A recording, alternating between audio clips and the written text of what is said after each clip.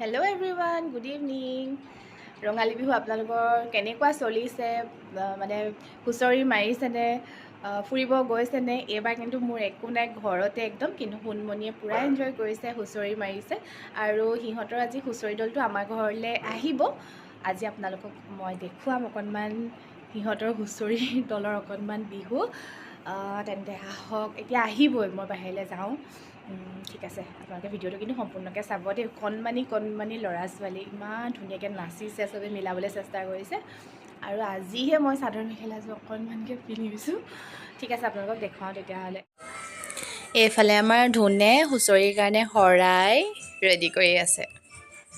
একদম ধুন পূৰা ৰেডি আৰু হুঁচৰি আহিব, আগফালে যাব লাগে।